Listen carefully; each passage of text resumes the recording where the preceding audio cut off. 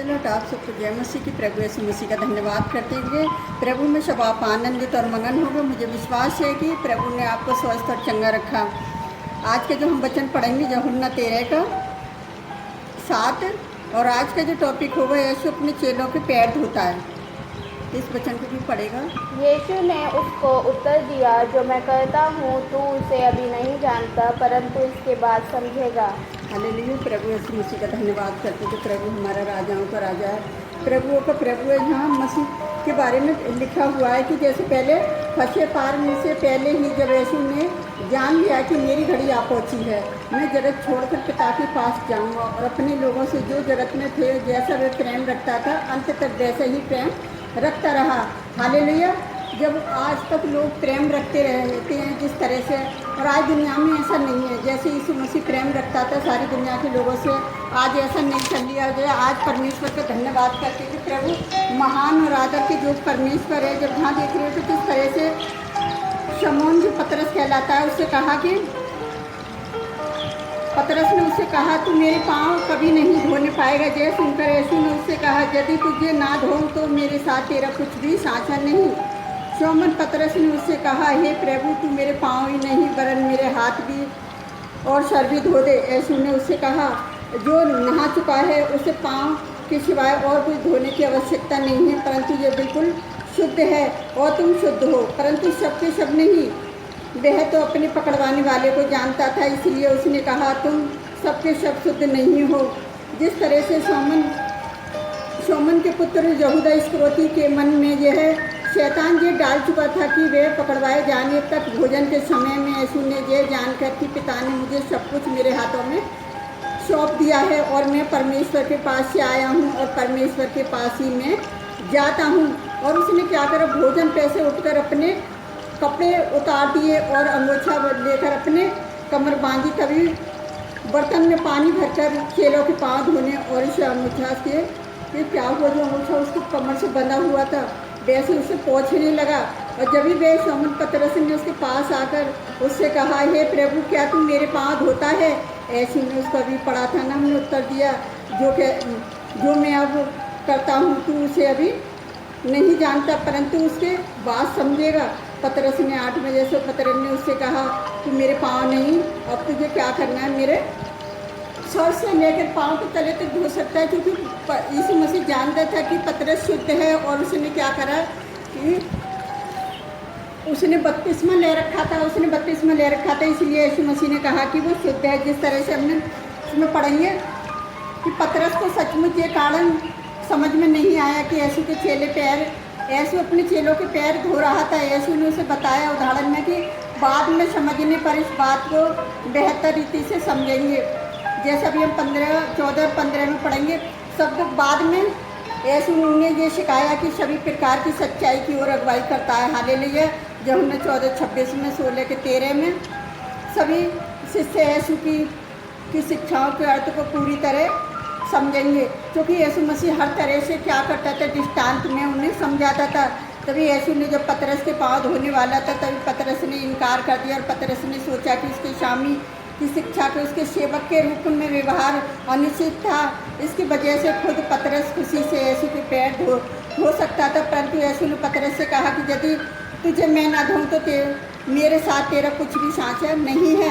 यीशु को अपने चेलों के पैर धोना और उसके द्वारा उसे उनके पाप को शुद्ध करने का एक चिन्ह था। केवल पाप से क्षमा प्राप्ति कर सकते थे और शुद्ध किए गए थे। धोना उसके द्वारा उन्हें उनके पाप से शुद्ध करने का एक चिन्ह था, केवल पाप से क्षमा प्राप्त किए। हालेलुया। और यीशु के साझेदारी हो सकते थे केवल ऐसे लोग जो उसके राज्य में साझेदारी बन सकते थे, क्योंकि पतरस ने तुरंत अपने विचार बदल दिए और मसीह के राज्य से अलग नहीं होना चाहता था। इसीलिए उसने यीशु से कहा वह अब उसके क्या कर, उसके हाथ और सर को भी धो दे। लेकिन यीशु मसीह ने कहा केवल अब पैर धोने की आवश्यकता थी। पतरस ने पहले ही से ही इसने कर लिया था। और यीशु को कहने का मतलब था कि पतरस ने पहले ही बपतिस्मा ले लिया और उसके पाप धुल चुके थे, उसका पूरा शरीर शुद्ध था। इसका मतलब यही था कि उसका आंतरिक जो आत्मिक शुद्ध थी। अब कोई भी व्यक्ति मसीह में विश्वास के द्वारा एक बार अपने पापों से शुद्ध हो जाता है, तभी उन्हें पाप की खातिर फिर से शुद्ध होना जो किए जाने की ज़रूरत नहीं है। हालेलुया। हम परमेश्वर यहोवा का धन्यवाद करते हैं। जब हम बपतिस्मा लेते हैं तभी क्या होता है कि हमारे पाँव धुल चुके हैं। जब हमारे पाँव धुल चुके होते हैं तभी प्रभु यीशु मसीह हमारे जीवनों में कार्य करता है। और हमारे जीवनों में जो हमने पाप करे जब भी वो हम बपतिस्मा लेते हैं हमारे पाप धुल जाते हैं। जिस तरह से अभी हमने वचन में पढ़ा था कि किस तरह से यीशु मसीह ने हमारे पाप को धो दिया था। और हम दोबारा से अगर हम गलती करते रहें तो फिर कहते हैं कि क्षमा की कोई ज़रूरत नहीं है, फिर हमें क्षमा नहीं मिलेगी, क्योंकि हमारा परमेश्वर यहोवा नहीं चाहता कि हम बार बार पाप करते रहें। जैसे अभी हम 14:15 में देखेंगे, यूहन्ना 13 में, यदि मैंने प्रभु और गुरु होकर तुम्हारे पाँव धोए हैं तो तुम भी एक दूसरे के पाँव धोने चाहिए। 15 में देखेंगे, क्योंकि मैंने तुम्हें नमूना दिखा दिया है कि जैसे मैंने तुम्हारे साथ किया है वैसे तुम भी वैसा ही करो। हालेलुया। तो परमेश्वर पिता ने क्या करा, यीशु पिता ने चिन्ह दिखा दिया कि जो मैंने तुम्हारे साथ किया है तुम्हें क्या करना है कि तुम्हें भी एक दूसरे से प्रेम करना है और इस प्रेम को दिखाना है। उसने जाते जाते समय अंतिम समय तक अपने चेलों को सिखाया कि तुम भी एक दूसरे से ऐसे ही प्रेम करना। और मैं आज ये कहावत बताती हूँ कि पता है क्या, आजकल के लोग तो मुझे ऐसा लगता है कि सामने से तो पता है प्यार से हंस कर बोलते हैं, जब सामने और पीछे क्या कर रहे हैं उसकी चुगलियाँ खा रहे हैं। चाहे तो वो उसकी फैमिली का हो, चाहे वो बाहर का हो, किसी के साथ देख लो, मतलब अंदर से शैतान ने क्या करा है, उनके अंदर जलन डाल दी है।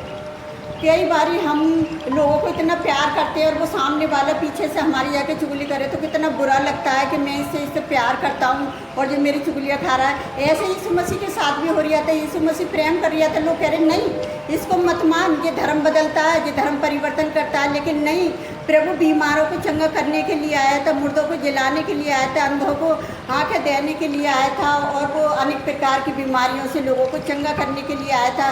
लेकिन लोगों ने उसकी अच्छाई को ना देखते हुए उसकी बुराई करना शुरू कर दिया। आज बहुत से लोग ऐसे ही हैं जो दुनिया में भी आज यीशु मसीह की भी बुराई करते हैं, लेकिन फिर भी यीशु मसीह एक न्यायकर्ता के रूप में आएगा। और जिन लोगों ने उसके वचन को ग्रहण नहीं करा और वो क्या करेगा, उस वचन के द्वारा ही उनका न्यायकर्ता होगा।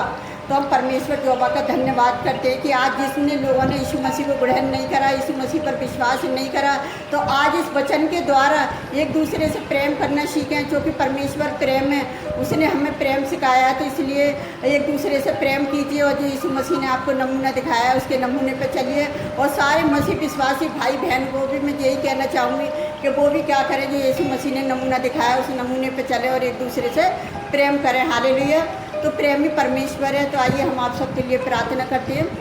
हालेलुया। धन्यवाद राजाओं के राजा, प्रभुओं के प्रभु, आप महान है राजा, स्तुति के योग हैं प्यारे पिता परमेश्वर, जो आपने अपने बेटे यीशु मसीह को हमारे लिए बलिदान के रूप में भेज दिया कि हम सारी मानव जाति के लोग बचाए जा सके। प्यारे पिता परमेश्वर, सारी मानव जाति के लोगों को ये नमूना दिखा दिया कि तुम भी एक दूसरे से प्रेम करो, एक दूसरे के पैर धो। तो पिता, हर एक विश्वासी लोगों के लिए प्रार्थना करती हूँ कि उनके जीवन में जो शैतान जलन डालता है वो एक दूसरे से प्रेम करने वाले बने। जितने दुनिया में लोग विश्वास करते हैं आप पर, वो भी आपसे प्रेम करने वाले बने। मेरे यहोवा परमेश्वर, मैं आपसे विनती करती हूँ, मेरे खुदावन आज जाने कितने लोग उपास रखकर हमारी तरह प्रार्थना कर रहे हैं एक दूसरे के लिए, आप उनकी प्रार्थनाओं को सुने और कबूल करें कि ये कड़ी गर्मी में उपास रखकर प्रार्थना करना हम सब लोगों का व्यर्थ न जाए, एक आशीष बन जाए और हम अपने देश में एक बदलाव को देखने पाएँ। प्यारे पिता परमेश्वर, हम अपने देश के लिए प्रार्थना करते हैं खुदावन, जो लोकसभा चुनावों की सीट के चल रहे हैं प्यारे पिता परमेश्वर, हर एक जन चुनाव प्रचार के लिए निकले हुए हैं। पिताजी, आपने सबकी सहायता मदद करिए प्यारे पिता परमेश्वर। कल हमारे दिल्ली शहर में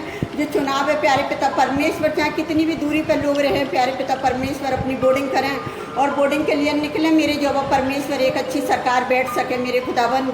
मैं उस आने वाली सरकार को भी आपके हाथ में देती हूँ, अपने देश की सुरक्षा आपके हाथ में देती हूँ। हमारे देश को हर बुराई से बचा संभाल के रखना, अपने देश के नेता लीडरों को आपके हाथ में देती हूँ, अपने दिल्ली शहर के नेता लीडरों को आपके हाथ में देती हूँ। पिता, सबकी सुरक्षा आप हैं मेरे सेनाओं के यहोवा परमेश्वर। हम कल की सारी चिंताएं आपके ऊपर डालते हैं बोर्डिंग की मेरे यहोवा परमेश्वर। जितने लोग हमारी वीडियो को लाइक कमेंट करते हैं प्यारे पिता परमेश्वर, उनको भी आशीष देना प्यारे पिता परमेश्वर। जो लोग हमारी वीडियो से जुड़े हुए हैं खुदावन, वो अपने लाइक करें कि आपका वचन ज़्यादा से ज़्यादा लोगों तक पहुंच सके मेरे यहोवा परमेश्वर। और हम आपसे क्या मांगे खुदावन, हर एक जन को आशीष देना जितने लोग हमारी वीडियो से जुड़े हुए हैं प्यारे पिता परमेश्वर।